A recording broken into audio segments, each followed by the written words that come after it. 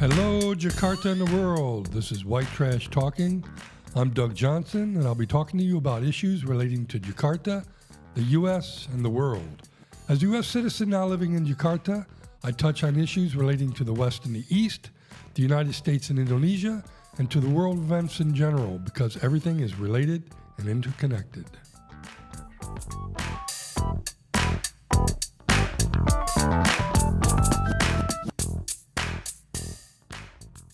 Welcome everyone to White Trash Talking. Today I have with me in the studio my wife Mita, who as you may remember is an environmental legal researcher who is an expert in the field of today's topic. Our discussion is about mercury, and this will be the first of a two-part series. Part one today is about the prevalence and dangers of mercury in our environment, and part two will focus exclusively on the use of mercury in dentistry. Mita has worked extensively on the problem of mercury, both as a field researcher and as a government advocate for new regulations. But rather than have me blabber on about her, I will just get to the point and welcome Mita to the show. Mita, welcome again to White Trash Talking. Thank you for having me again. It's a pleasure. Yeah, welcome. Okay, so let's just jump right in. So the topic is mercury. What is mercury and why should we worry about it? Yeah, so mercury is a heavy metal in the form of liquid. It is a neurotoxin, meaning it poisonous to nerve tissue. It is an endocrine disruptor as well, but at the same time, it's very useful. What does it mean it's an endocrine disruptor? It disrupt the function of your endocrine system, for example, like your thyroid and other organs, yeah. And this is pretty systemic. I mean, it involves all areas of the body. Yeah, because endocrine system has a vital function for your body, like for example, regulates how your heart working and yeah. Yeah, so as I mentioned in the introduction, the second part will be about mercury and dentistry, and we'll really get into that part of it because that's relevant to health. Okay, so any other reasons why we should worry about mercury? Yeah, I think besides it has a very it's harmful for the body. People not really aware about that. Yeah, because we can find it in many products. For example, in CFL or a compact fluorescent lamp, and then in a cosmetic for a skin lightening. And also in health equipment like thermometer and dental amalgam, and vaccine. Mercury can be used as a preservative, like thimerosal. Yeah. So you mentioned like the fluorescent lights, thermometer. Yeah. So how would that, because I imagine they're encased in glass and we're protected from it. Why is that a danger? Yeah, the danger is when there is a leak, and then also when, for example, the bulb, when it's like very hot, because we turn it for maybe 12 hours or so, then the portion of it evaporated. And then also... and then what happens? It goes into the air? Yeah, it goes to the air. And then I think another danger is like when it's reached the end of lifetime, then we dispose it, but we don't have a proper disposal, so it just mix with other garbage and then thrown into the land, and the mercury will be contaminated the land. Yeah. I remember when I was a kid that one of my friends had a thermometer, and it had broken, or he had broken it open, and the mercury had spilled out onto the floor, and we were watching the beads like roll back and forth, and I think I don't know if I touched it or what, but I mean, talk about danger. Could have been really affected by that. Yeah. I think you were lucky to some degree. Maybe you're not. Well, I did lose my tonsils. I had my tonsils taken out. So, I mean, who knows? We don't, Yeah, that's problem, yeah. Okay, so what role does Indonesia play in the production and proliferation of mercury? Yeah, first of all, mercury doesn't come by itself. It comes from the rock. The name is Cinnabar rock. And unfortunately, Indonesia has cinnabar reserve. We have cinnabar mining here. And it's one of the best. The quality is one of the best. I think because we are a countries. So then, besides we have the cinnabar mining, we also rich in gold. So then, the mercury that is extracted from the cinnabar will be used to extract gold. But usually, it is used by the artisanal mining or artisanal and small gold mining. What does that mean, artisanal? So artisanal mining is mining runs by the people, individuals, but they have not a company, and they have less safety standard and environmental standard. Okay. And what would you say about their level of education, their knowledge about the dangers of mercury? Are they aware that they're working with dangerous substances? I think maybe in theory they are aware, because people are campaign about that. Mercury is harmful, but I don't think they really understand to what degree the level of the toxicity. And even like their own working situation is so devastated. Like they work without safety equipment, and then Why? they just. Because they are just basically operating in a cheap way, They are just working day to day, basically. Yeah. They're day laborers. Day laborers. But this is their primary job. They do it every day. Yeah. So, although usually we can find that there is mastermind behind that. There is a backup, who get the most benefit of it. Yeah. Okay. All right, so what is your involvement with mercury? I'm talking about the mining, production, storage, shipping in Indonesia. Yeah, so I mainly conduct the research on legal and policy aspect regarding the mercury trade and supply, how the Indonesian regulates that, and then what are the loopholes. And I also analyze court cases regarding mercury trade and cinnabar mining, and it's very interesting because based on court cases, we can find the level of state apparatus involvement, like the military or the police, how they involve in, like providing a truck to transport the cinnabar ore from Surabaya and then to West Java for the cinnabar to be extracted into mercury. And then also how the local police in Ambon, they themselves transported the cinnabar or traded the mercury. Yeah, so where do they store it?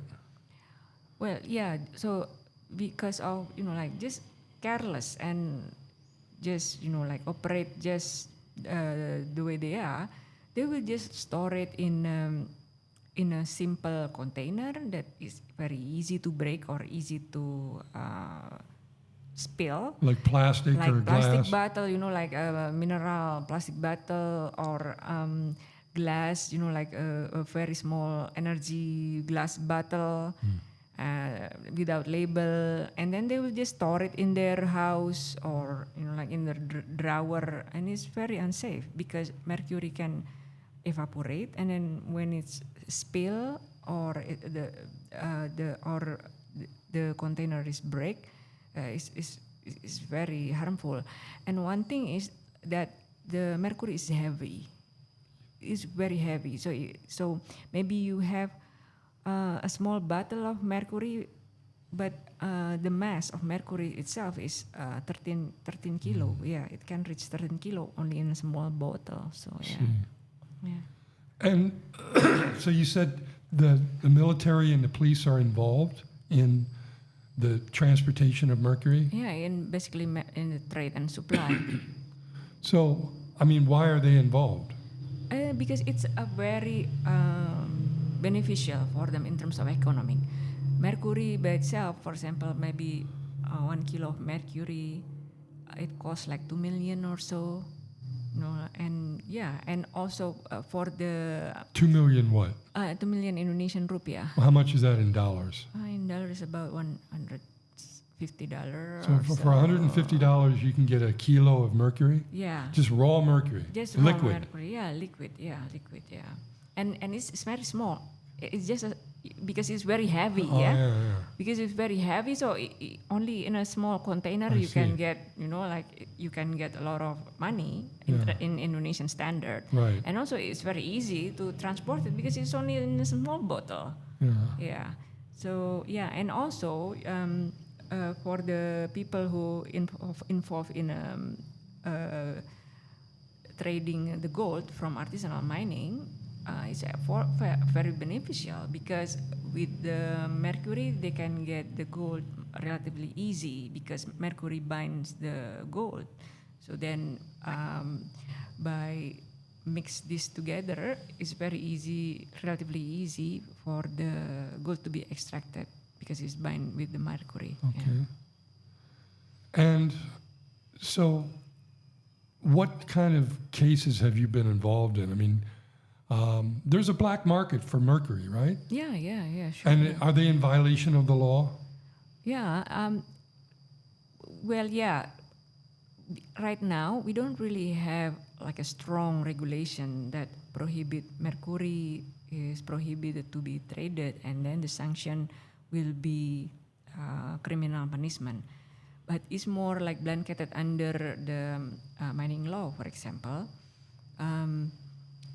If the mercury is coming from illegal activities, then it can be imposed by the criminal sanction. Yeah. So then, like you really need to think how to formulate like the punishment and then like the regulation. But yeah, so. But are higher level people punished generally? Right now, no, not really. Yeah. It's just like people in the field that are usually punished. The fall guys. Yeah. Yeah. Unfortunately, yeah. Right. And how much would you say Indonesia produces or exports a year in terms of weight? I don't really have current data, but I think in 2007 or back before the Minamata Convention, maybe tons, like 3,000 tons. Yeah. Wow. Yeah. To overseas, like to Thailand, and then from the Thailand it will be transported to other country or to Middle East and to India. Yeah. And this is all black market, right? Because these other countries have regulations that would prohibit this unsafe importation of mercury. In the past, not yet, because the Minamata Convention is just it just signed for maybe 2017. So prior to that, the mercury trade was considered legal and it's massive. But right now, I think everything is under the table. So even for me, it's a little bit difficult to trace the case, for example, especially export case. But if we look at the UN database, UN Comtrade, then we can see how much mercury is being exported. Yeah. Okay. I think I would like recommend you to use the UN database to see that. Yeah. Okay. And have you witnessed the detrimental effects of mercury exposure firsthand, like in your field work? Yeah, but first from mercury amalgam, I think we experience it, and we will. Yeah, that's in dentistry. Yeah. We'll talk about that in the next episode. Yeah, but in the field, when we visited Lombok, it is an island near Bali in eastern part of Indonesia. First, we visited the gold mining first, yeah, and the situation is so devastating because it's just hole on the ground, tunnels, and lack of ventilation. I didn't get into the hole because it's just No, horrible. you wouldn't want to. Yeah. And then the gold rock from that mining site will be transported to the area, not really far from that, maybe like 500 meters or so, to the refining area. So it is where the miners will use mercury to mix with the gold ore. So then they can bind with each other. The process called amalgamation. These two substance will be put into ball mills or trommels, and then when the amalgamation happen, we call it prill, like the mercury mixed with the gold. And then we want to extract the gold. The miners will roast it, the mix with a torch. So then the mercury will be evaporated. And so this is all done by hand, right? Yeah. It's not like in the West where you have machines that are doing this remotely, where that's at a safe distance. These are people standing in a field, right? Yeah, without proper safety equipment. And I mean, in Indonesia we have good mining that is operates in an industrial scale and more safer, but we also have this, artisanal mining with the use of mercury. Yeah. Where they actually do it in their hand. In their hand, yeah. And so the mercury is in direct exposure to their skin, their breathing, their sinuses. Yeah, and even it's just contaminate the environment directly when it's spilled. And how does the land look around them? It was devastating because it's so muddy, and they don't have a standard how to keep the environment clean and neat. So the mercury is getting into the ground. Yeah, it's just getting into the ground. So will they be able to use it for, say, years later for farming? No, it's very dangerous, to be honest. If then, the activities stop, and then people don't know the level of contamination there, and then maybe they decided to convert the land into plantation or a housing area. Yeah. This is very dangerous. Yeah. And what about the children who are in the area? Yeah. So we interview and visited some area, houses near the area, and we saw some children with disability. They don't really grow well, and then when we... What do you mean they don't grow well? There is deformity in their hands and their nerve system. And what kind of deformities? I think it's very... their hand is... doesn't... we can say stop growing, I guess. Okay, so it's stunted in growth. Yeah, similar like that. I don't really have the right word to describe it, but if you see the victim of Minamata disease in Japan back then, see how their organs, I think it's pretty similar like that. Okay. Yeah. So and physical deformities. Deformities, yeah. And then also when we interview the teacher at school, they have the learning disability, very slow, and so I think it's really disruptive. Although it's very difficult to say that this is the direct impact of the mercury, because the environmental problem is always takes time. Yeah, it's always anecdotal when it comes to mercury. You just you can link it to exposure, but you can't prove that there's a direct correlation. It's very frustrating. Yeah, it's very frustrating. That's what what I feel working on environment. But you can measure the amount of mercury in the body, in the blood and the fat tissue. Have you done that? We haven't done that because it's very expensive, and we don't have the blood. Yeah, but the blood is only function in a certain way. For example, if there is acute exposure, then you can measure it in the blood. But if it's happened for a long time, then probably it's already stored in fat tissue, and we have to find out in which fat tissue that is stored. Maybe in the brain, or maybe in your, in other part of your body. Because then we took sample from other part of the body, but it is not where the mercury is stored. So it's also... Yeah, you could take a blood sample and it will show normal. Yeah. But maybe we should take a sample from the brain, but it's so difficult. Yeah, true. Yeah. Okay. How does Indonesia compare with the rest of the world in terms of regulating and eliminating the use of mercury. Yeah, in other developing country, with compared to other developing country, I think we are about at the same stage. Like What countries? for example, Peru or Philippines, we are producing cinnabar and mercury, and we have artisanal minings.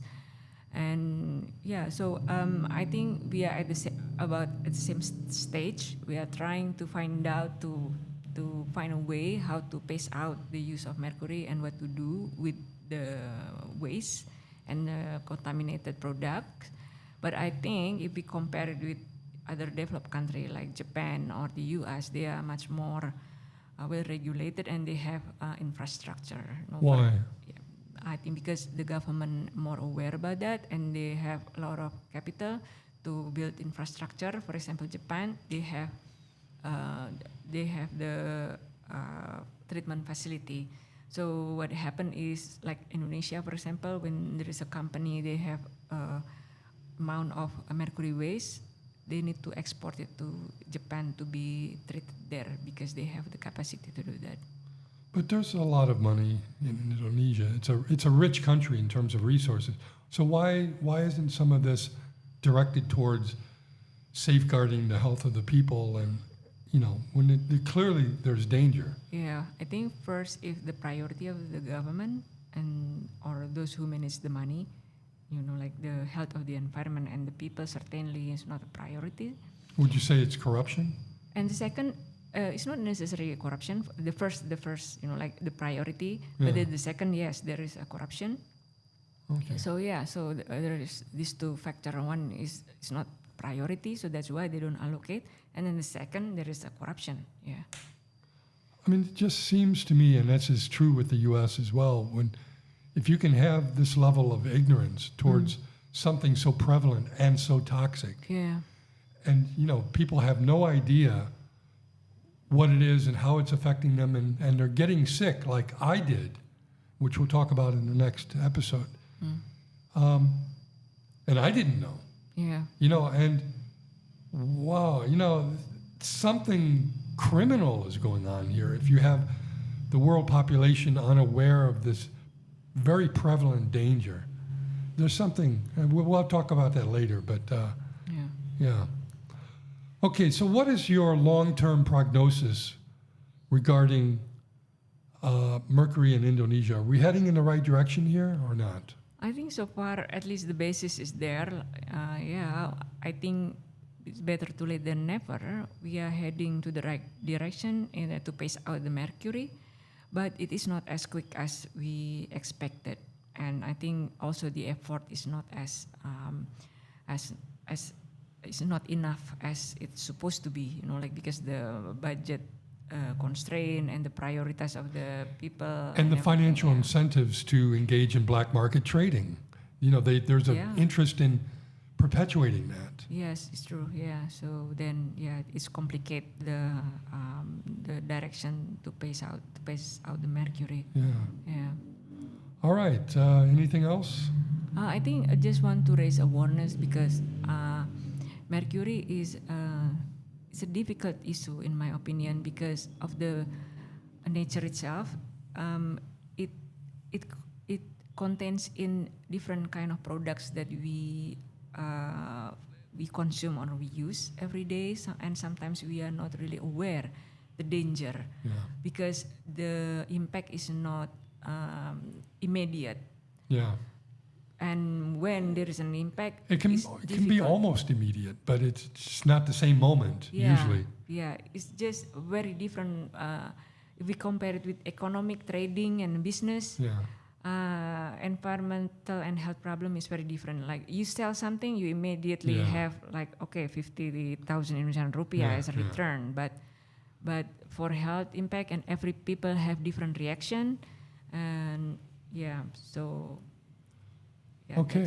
All right. Thank you so much for this enlightening interview and for your expertise. And we will be doing another episode, episode 2 of Mercury in Dentistry, Mercury Amalgam. And that's where I'm going to do a little bit more talking because I went through it. Yeah. I was we both. Yeah. I think it was very, very, how you call it, traumatic experience for me. Well, I got very sick, very, very sick. Okay. Still recovering. All right. Okay. So, see you next time. This has been White Trash Talking. Join us for episode 2 shortly. See you next time.